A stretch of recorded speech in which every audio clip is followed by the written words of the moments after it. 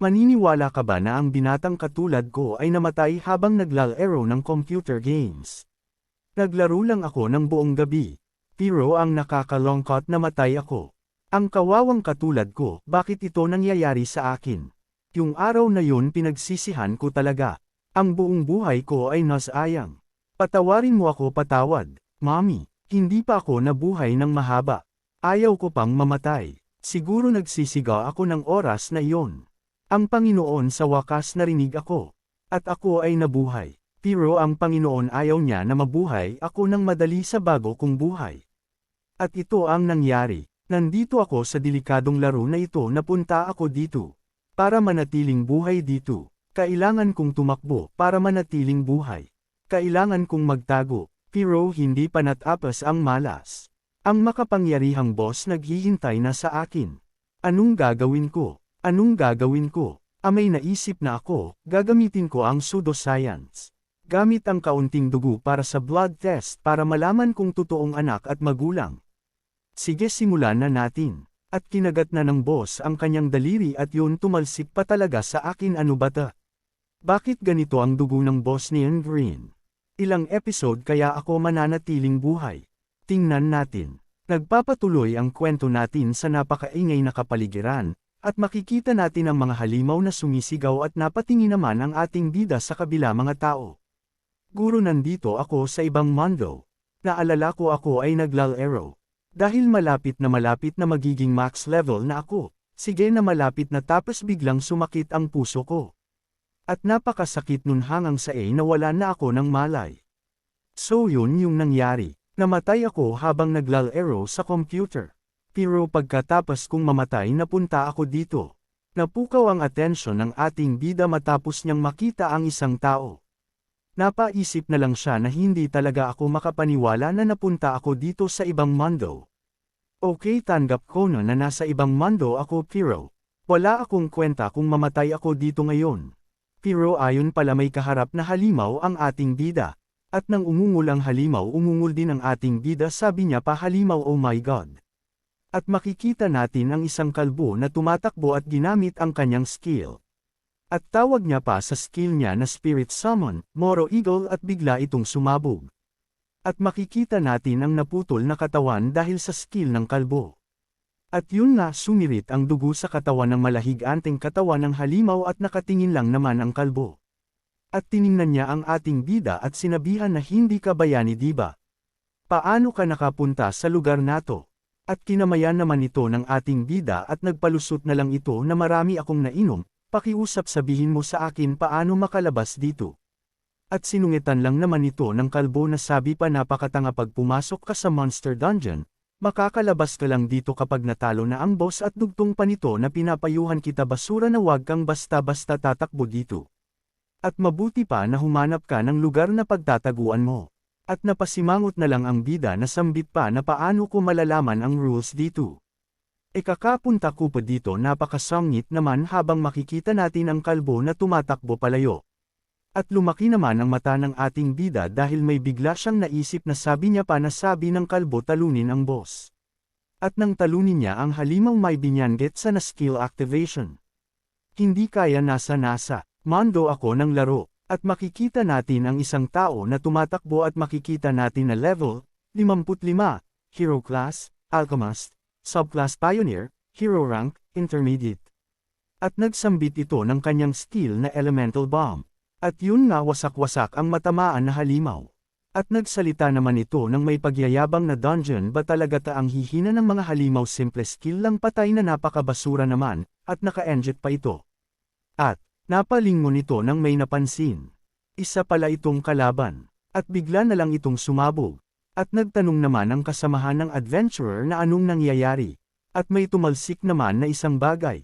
At napunta ito sa ating bida.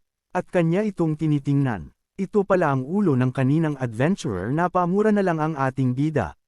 At lumabas na ang may gawa ng pagkapatay sa adventurer at sambit niya pa na, o namatay agad siya ng isang simple na skill, napakabasura. At naghanda naman ang mga adventurer at sabi pa ng leader, lahat kayo maging alisto kayo. Lumalabas na ang boss. Ito pala ang final boss, the Lord of Demon, Manor Dungeon, Devo the Demon King. At makikita naman natin ang ating bida na sumilip sa kanyang tinatagwan sambit niya pa na so ito pala ang boss ng laro.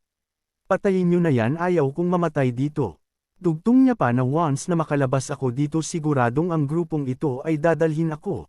Sasama na lang ako at magpapangap na hero, at pagkatapos ma-enjoy ko na ang lugar nato ng masagana.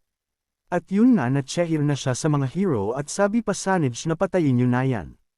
At makikita naman natin ang level 80, Hero Class, Demon Hunter, Subclass Heavenly Knight, Hero Rank, Advanced sambit pa niya atakihin nyo at i-block ko ang atake niya. Sambit niya pa na ako ang pangalawang pinakamataas na rank sa Hero Defense sa buong Moro Continent. At walang makakatalo sa Shield Armor ko at ginamit niya na ang skill na Holy Shield.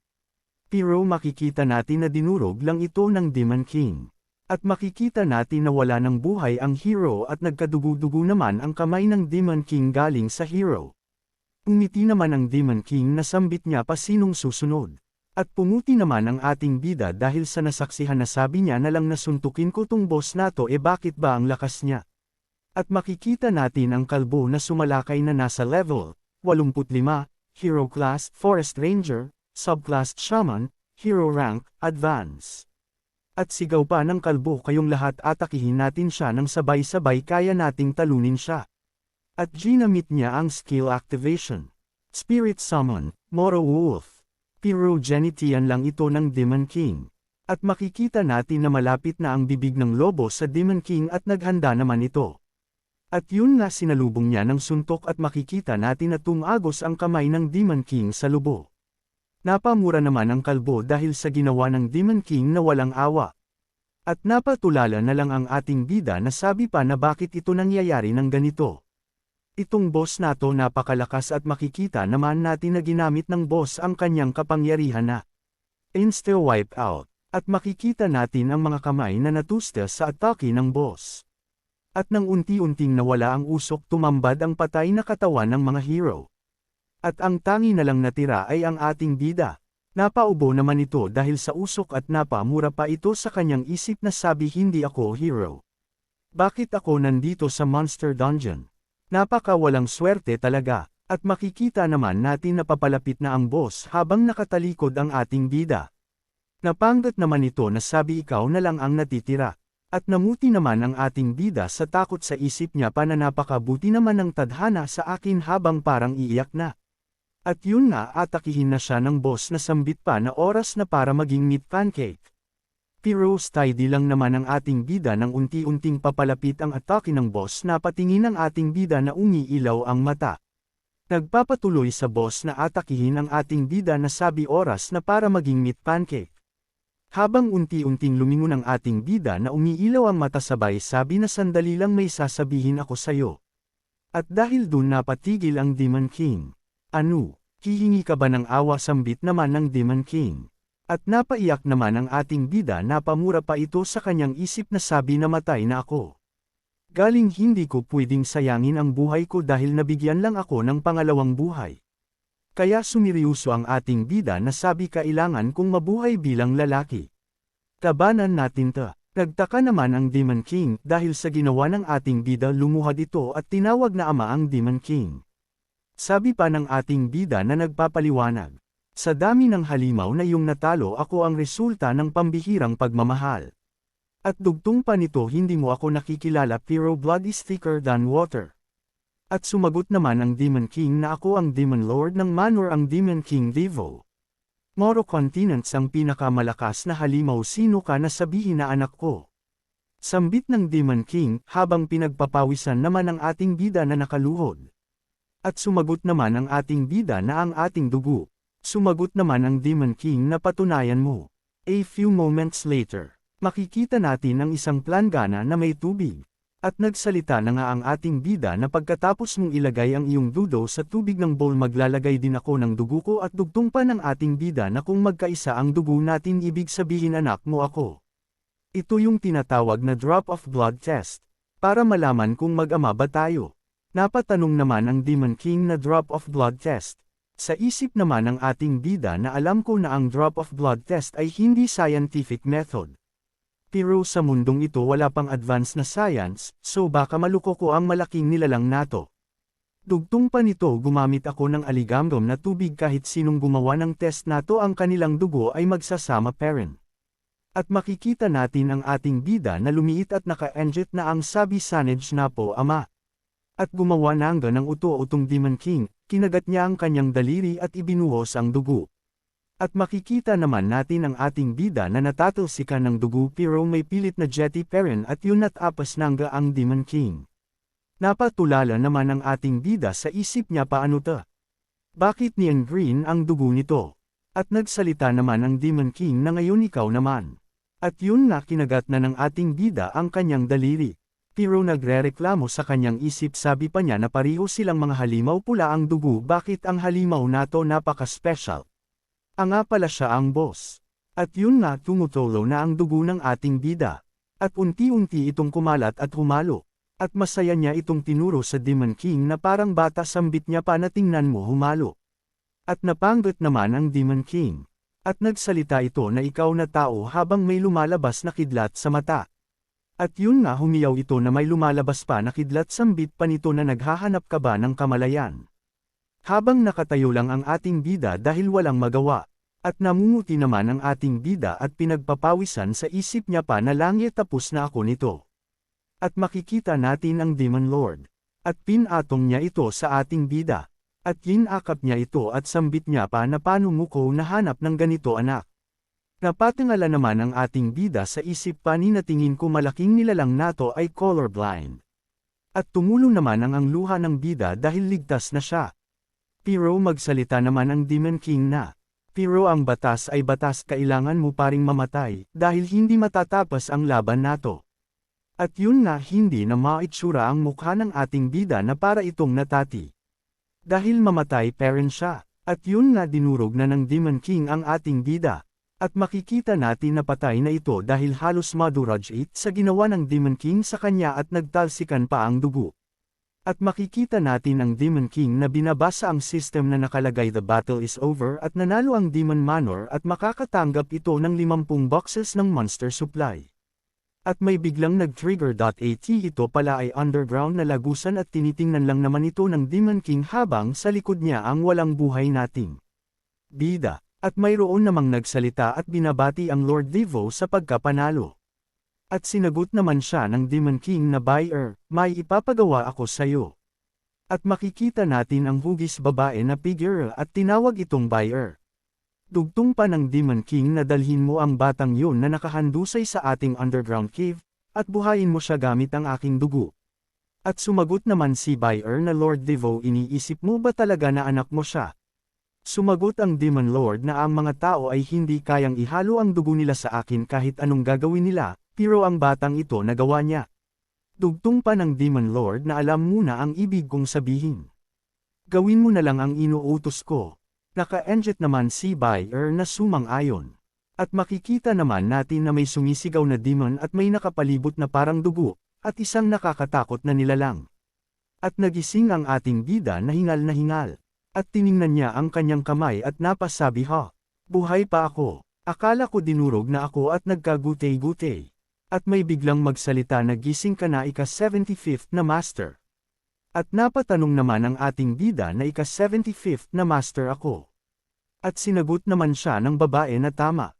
Yan yung pangalan na binigay sa'yo ng Lord Devo na kanyang anak. Dugtong pa niya na kasi ngayong araw ay ika-75th na laban at 75th na panalo kaya pinangalanan kanya na 75th. At napaisip naman ang ating bida na yung boss naniwala talaga na anak niya ako. Pero sino ba sa mundo ang nagbigay ng pangalan na ganyan? Nagsalita naman ang ating bida na at ikaw naman sino kasambit pa ng ating bida sabay turo sa babae.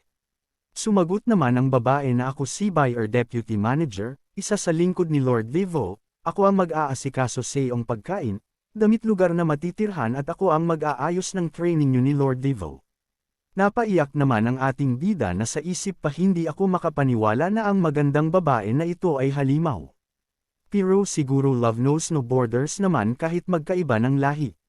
At napadilat naman siya na sandali anong training. At sinagot naman ito ni buyer na sumunod ka sa utos ni Lord Devo dahil ikaw ang anak ng pinakamalakas na halimaw. Kailangan mayroon ka ring kakayahang lumaban kasunod niya para sa pag-serve kay Lord Devo. At pinagpapawisan naman ang ating bida na napaisip na gusto niya akong maging malakas katulad niya. Ano kayang training ang gagawin ko sambit pa ng ating bida? At makikita natin ang ating bida at ang Lord Devo at ginamit niya ang constant hits at makikita naman nating sumisigaw ang ating bida. At yun nga nataman na ito at napisat pa ito dahil sa atake ni Lord Devo. Sabi naman ni Lord Devo na napakahina patuloy lang siyang pagalingin gamit ang duko ko. Sambit pa ni Demon Devo at napatawag na lang ng 75th Master si Buyer. At nagising na uli ang ating bida galing sa pagpapagaling sa kanya. At linapitan naman ito ni Buyer na sabi gising ka na pala. Tere mag-training ka na uli ngayon. Napawat na lang ang ating bida dahil sa di makapaniwala. At yun nga tinamaan naman siya ng Demon's Breath. At tumalsik pa ang putol niyang kamay at napatingin na lang si Buyer. At maririnig natin si Lord Devo na pagalingin.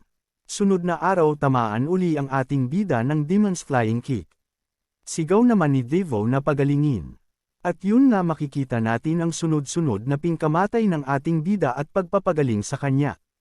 Hangang sa hindi niya na matiis kaya pinapastop niya na. At dumating pa na lumuhad na siya at nakikiusap kay Buyer dahil pagod na ito.